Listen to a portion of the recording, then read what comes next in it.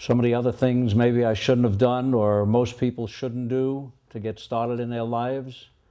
At 19, I was married, and at 20, I was a father. I went into family-related businesses, nothing with any great promise. And that's one of the rules and one of the lessons you should learn is that you should not go into a business that has no future. I bought a truck, I went to auction sales and bought scrap metals and salvage materials and all kinds of things, and I traveled around loading a truck and unloading the truck and selling off motors and appliances, whatever I could do to make a living. I went into the wire and cable business. None of them had much of a promise. And then finally I saw the handwriting on the wall, and I made a change. That change was a decision to go back to school and to get a job. I had a business that I had to liquidate. I had other issues to deal with. School would be an interference with a full-time job. I went to Pace for 5 years at night, and I was a different kind of a student. I made the dean's list every year, and I graduated very well. After going to Pace for approximately a year and getting rid of my business problems, I decided that I would need the required experience in accounting. You needed at that time 3 years of accounting experience in order to get your CPA degree and certificate. So I started working for an accounting firm for $85 a week. And I started picking up a few clients on my own, which obviously had the effect of supplementing the income, but it had a negative effect as well. On a number of occasions, applied for some of the big firms. At that time, they were the big 8.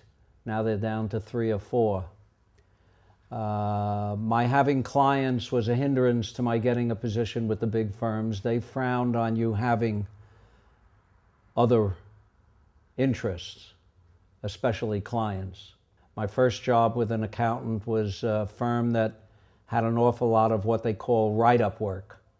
You go into small businesses and you write up their books by hand. Computers were not very prevalent at that time. And you do a bank reconciliation and you summarize the books periodically and you do a tax return and you're finished. It was interesting work, but it was not very challenging. During my earlier years as an accountant, I applied for a number of different positions at different firms, never leaving for the money alone, leaving more for the experience. I wanted something different. I didn't know what, but something other than what I was working on. So I took up with smaller firms, small to medium-sized firms, and I worked at a number of them. Then one day, I started with a new firm, and the first day on the job, after I walked into the office and spent an hour meeting the few people that worked there, they sent me uptown with one of the other members of the firm to an account where I was going to be working for a week or two. It was a record manufacturer and a music publisher. And it didn't take me long working at that company to find what I was looking for a long time.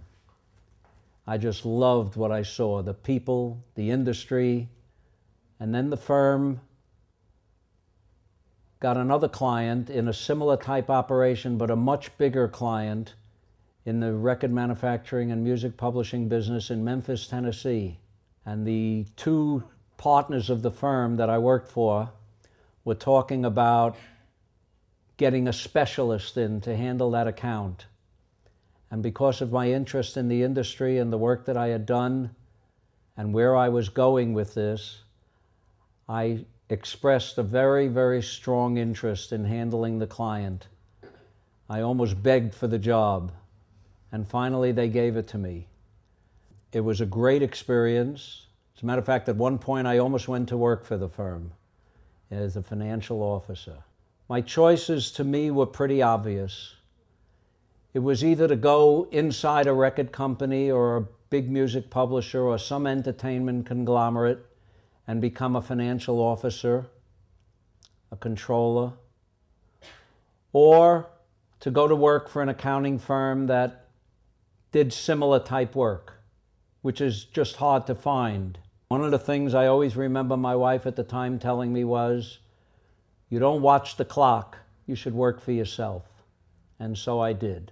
I never told any of the clients of the firm that I was leaving. I never ever expected to get any of their business. But the client that I first went to work for on that one day heard that I was leaving. Between the owner of the business and his right-hand man, they asked me if I would continue on with that client when I left. And there was no question in my mind that I would do so. With that client and my small clients, I didn't need the per diem work anymore, and I had the nucleus of a practice. I built a firm that I was just ecstatic about. I loved it. I loved the work that I did.